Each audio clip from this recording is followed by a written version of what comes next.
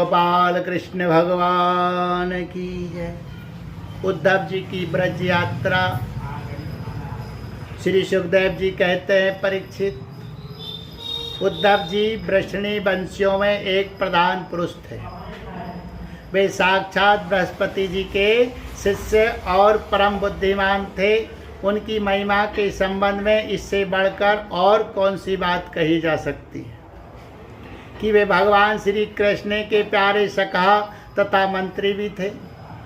एक दिन शरणागतों के सारे दुख हर लेने वाले भगवान श्री कृष्ण ने अपने प्रिय भक्त और एकांत प्रेमी उद्धव जी का हाथ अपने हाथ में लेकर कहा, सौम्य स्वभाव उद्धव, तुम ब्रज में जाओ, वहाँ मेरे माता पिता नंद बाबा और यशोदा मैया है, उन्हें आनंदित करो। और गोपियाँ मेरे विग्रह की व्याधि से बहुत ही दुखी हो रही है, उन्हें मेरे संदेश सुनाकर उस वेदना से मुक्त करो। प्यारे उद्धव, गोपियों का मन नित्य निरंतर मुझ में ही लगा रहता है। उनके प्राण, उनका जीवन, उनका सर्वस्व में ही हूँ। मेरे लिए उन्होंने अपने पति, पुत्र आदि सभी सगे संबंधियों को छोड़ दिया है। उन्होंने बुद्धि से भी मुझी को अपना प्यारा, अपना प्रियतम नहीं अपना आत्मा मान रखा है। मेरा यह व्रत है कि जो लोग मेरे लिए लौकिक और पारलौकिक धर्मों को छोड़ देते हैं, उनका भरण पोषण में स्वयं करता हूँ। प्रिय उद्धव, मैं उन गोपियों का परम प्रियतम हूँ। मेरे यहाँ चले आने से वे मुझे दूरस्थ मानती है और मेरा स्मरण करके अत्यंत मोहित हो रही है, बार बार मूर्छित हो जाती है। वे मेरे विग्रह की व्यथा से खल हो रही है, प्रति क्षण मेरे लिए उत्कंठित रहती है। मेरी गोपियाँ, मेरी प्रेयसियाँ इस समय बड़े ही कष्ट और यत्न से अपने प्राणों को किसी प्रकार रख रही है। मैंने उनसे कहा था कि मैं आऊँगा, वहीं उनके जीवन का आधार है उद्धव, और तो क्या कहूँ, मैं ही उनकी आत्मा हूँ। वे नित्य निरंतर मुझ में ही तन्मय रहती है। श्री सुखदेव जी कहते हैं, परीक्षित, जब भगवान श्री कृष्ण ने ये बात सुनी तब उद्धव जी बड़े आदर से अपने स्वामी का संदेश लेकर रथ पर सवार हुए और नंदगांव के लिए चल पड़े। परम सुंदर उद्धव जी सूर्यास्त के समय नंद बाबा के ब्रज में पहुँचे। उस समय जंगल से गौएं लौट रही थी। उनके खुरों के आघात से इतनी धूल उड़ रही थी कि उनका रथ ढक गया था। ब्रज भूमि में ऋतुमयी गौओं के लिए मतवाले सांड आपस में लड़ रहे थे। उनकी गर्जना से सारा ब्रज गूंज रहा था। थोड़े दिनों की ब्याही हुई गौएं अपने थनों के भारी भार से दबी होने पर भी अपने अपने बछड़ों की ओर दौड़ रही थी। सफ़ेद रंग के बछड़े इधर उधर उछल कूद मचाते हुए बहुत से भले मालूम होते थे। गाय दुहने की घर घर ध्वनि से और बांसुरियों की मधुर टहर से अब भी ब्रज की अपूर्व शोभा हो रही थी। गोपी और गोप सुंदर सुंदर वस्त्र तथा गहनों से सज धज कर श्री कृष्ण तथा बलराम जी के मंगलमय चरितों का गान कर रहे थे। और इस प्रकार ब्रज की शोभा और भी बढ़ गई थी। गोपों के घरों में अग्नि, शूर, अतिथि, गो, ब्राह्मण और देवता पितरों की पूजा की हुई थी। धूप की सुगंध चारों ओर फैल रही थी और दीपक जगमगा रहे थे। उन घरों को पुष्पों से सजाया गया था। ऐसे मनोहर ग्रहों से सारा ब्रज और भी मनोरम हो रहा था। चारों ओर वन पंक्तियां फूलों से लद रही थी। पक्षी चहक रहे थे और भौरे गुंजार कर रहे थे। वहाँ जल और स्थल दोनों ही कमलों के वन से शोभायमान थे और हंस, बतख आदि पक्षी वन में विहार कर रहे थे। जब भगवान श्री कृष्ण के प्यारे अनुचर उद्धव जी ब्रज में आए तब उनसे मिलकर नंद बाबा बहुत ही प्रसन्न हुए।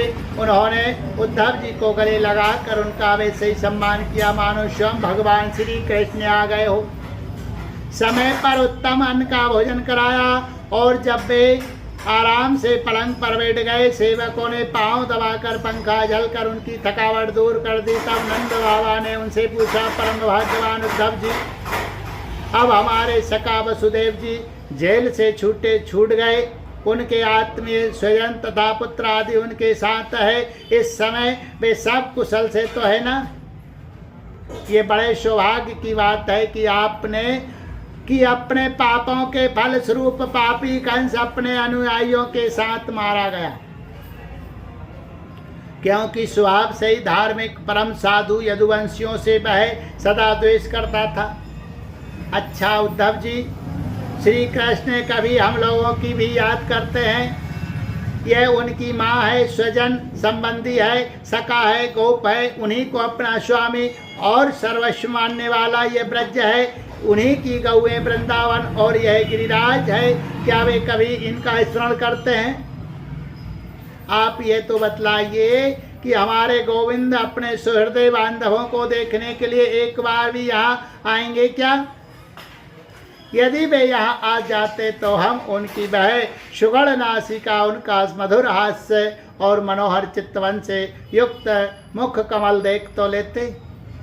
उद्धव जी, श्री कृष्ण का हृदय उदार है, उनकी शक्ति अनंत है। उन्होंने दावानल से, आंधी पानी से, वृषासुर और अजगर आदि अनेकों मृत्यु के निमित्तों से उन्हें टालने का कोई उपाय न था। एक बार नहीं अनेक बार हमारी रक्षा की है उद्धव जी। हम श्री कृष्ण के विचित्र चरित्र, उनकी विलासपूर्ण तिरछी चित्तवान, उन्मुक्त हास्य, मधुर भाषण आदि का स्मरण करते रहते हैं और उनमें इतने तन्मय रहते हैं कि अब हमसे कोई काम काज नहीं हो पाता। जब हम देखते हैं कि यह वही नदी है जिसमें श्री कृष्ण जल क्रीड़ा करते थे, ये वही गिरिराज है जिसे उन्होंने अपने एक हाथ पर उठा लिया था, ये बेही बन के उपदेश प्रदेश है जहाँ श्री कृष्ण गौए चराते हुए बांसुरी बजाते थे, और बेही स्थान है जहाँ वे अपने सखाओं के साथ अनेकों प्रकार के खेल खेलते थे। और साथ ही यह भी देखते हैं कि वहाँ उनके चरण चिन्ह अभी मिटे नहीं है, तब उन्हें देखकर हमारा मन श्री कृष्णमय हो जाता है। इसमें संदेह नहीं कि मैं श्री कृष्ण और बलराम को दैव शिरोमणि मानता हूँ, और ये भी मानता हूँ कि वे देवताओं का कोई बहुत बड़ा प्रयोजन सिद्ध करने के लिए यहाँ आए हुए थे। स्वयं भगवान गर्गाचार्य जी ने मुझसे ऐसा ही कहा था, जैसे सिंह बिना किसी परिश्रम के पशुओं को मार डालता है, वैसे ही उन्होंने खेल खेल में ही 10,000 हाथियों का बल रखने वाले कंस, उसके दोनों अजय पहलवान और महान शक्तिशाली गजराज कुवलयापीड़ को मार डाला। उन्होंने 3 ताल लंबे और अत्यंत दृढ़ धनुष को वैसे ही तोड़ डाला जैसे कोई हाथी किसी छड़ी को तोड़ डाले। हमारे प्यारे श्री कृष्ण ने एक हाथ से 7 दिनों तक गिरिराज को उठाए रखा था। यही सब के देखते देखते खेल खेल में उन्होंने प्रलम्ब, धेनुक, अरिष्ट, तृणावर्त और वक्र आदि उन बड़े बड़े दैत्यों को मार डाला जिन्होंने समस्त देवता और असुरों पर विजय प्राप्त कर ली थी। श्री सुखदेव जी कहते हैं, परीक्षित, नंद बाबा का हृदय यों ही भगवान श्री कृष्ण के अनुराग रंग में रंगा हुआ था। जब इस प्रकार वे उनकी लीलाओं का एक एक करके स्मरण करने लगे, तब तो उनमें प्रेम की बाढ़ ही आ गई। वे विख्वल हो गए और मिलने की अत्यंत उत्कंठा होने के कारण उनका गला रुंध गया। वे चुप हो गए। यशोदा रानी भी वहीं बैठकर नंद बाबा की बातें सुन रही थी। जय श्री राम। श्री कृष्ण की एक एक लीला सुनकर उनके नेत्रों से आंसू बहते जाते थे और पुत्र स्नेह की बाढ़ से उनके स्तरों से दूध की धारा बहती जा रही थी। उद्धव जी, नंद बाबा और यशोदा रानी के हृदय में श्री कृष्ण के प्रति कैसा अगाध अनुराग है, ये देखकर आनंद मग्न हो गए और उनसे कहने लगे। उद्धव जी ने कहा, हे मानव, इसमें संदेह नहीं कि आप दोनों समस्त शरीरधारियों में अत्यंत भाग्यवान है, सराहना करने योग्य है, क्योंकि जो सारे चराचर जगत के बनाने वाले और उसे ज्ञान देने वाले नारायण है, उनके प्रति आपके हृदय में ऐसा वात्सल्य स्नेह पुत्र भाव है। बलराम और श्री कृष्ण पुराण पुरुष है, वे सारे संसार के उपादान कारण और निमित्ति कारण भी है। भगवान श्री कृष्ण पुरुष है तो बलराम जी प्रधान प्रकृति, ये ही दोनों समस्त शरीरों में प्रविष्ट होकर उन्हें जीवन दान देते हैं और उनमें उनसे अत्यंत विलक्षण जो ज्ञान स्वरूप जीव है उसका नियमन करते हैं। जो जीव मृत्यु के समय अपने शुद्ध मन को एक क्षण के लिए भी उनमें लगा देता है, वे समस्त कर्म वासनाओं को धो बहाता है और शीघ्र ही सूर्य की समान तेजस्वी तथा ब्रह्ममय होकर परम गति को प्राप्त होता है। वे भगवान ही जो सबके आत्मा और परम कारण है, भक्तों की अभिलाषा पूर्ण करने और पृथ्वी का भार उतारने के लिए मनुष्य का सा शरीर ग्रहण करके प्रकट हुए हैं, उनके प्रति आप दोनों का ऐसा सुदृढ़ वात्सल्य भाव है। फिर महात्माओं, आप दोनों के लिए अब कौन सा शुभ कर्म करना शेष रह जाता है। भक्त वत्सल यदुवंश शिरोमणि भगवान श्री कृष्ण थोड़े दिनों में ब्रज में आएंगे और आप दोनों को अपने माँ बाप को आनंदित करेंगे। जिस समय उन्होंने समस्त यदुवंशियों के द्रोही कंस को रंग भूमि में मार डाला और आपके पास आकर कहा कि मैं ब्रज में जाऊंगा, ब्रज में आऊंगा, उस कथन को वे सत्य करेंगे। नंद बाबा और माता यशोदा जी आप दोनों परम भाग्यशाली है, खेद न करें, आप श्री कृष्ण को अपने पास ही देखेंगे, क्योंकि जैसे काष्ठ में अग्नि सदा ही व्याप्त रूप से रहती है, वैसे ही वे समस्त प्राणियों के हृदय में सर्वदा विराजमान रहते हैं। एक शरीर के प्रति अभिमान ना होने के कारण ना तो कोई उनका प्रिय है और ना तो अप्रिय, वे सब में और सबके प्रति समान है, इसलिए उनकी दृष्टि में ना तो कोई उत्तम है और ना तो अधम। यहाँ तक कि विषमता का भाव रखने वाला भी उनके लिए विषम नहीं है। ना तो उनकी कोई माता है, ना पिता, ना पत्नी और ना तो पुत्र आदि, ना अपना है और ना तो पराया, ना देह है और ना तो जन्म ही।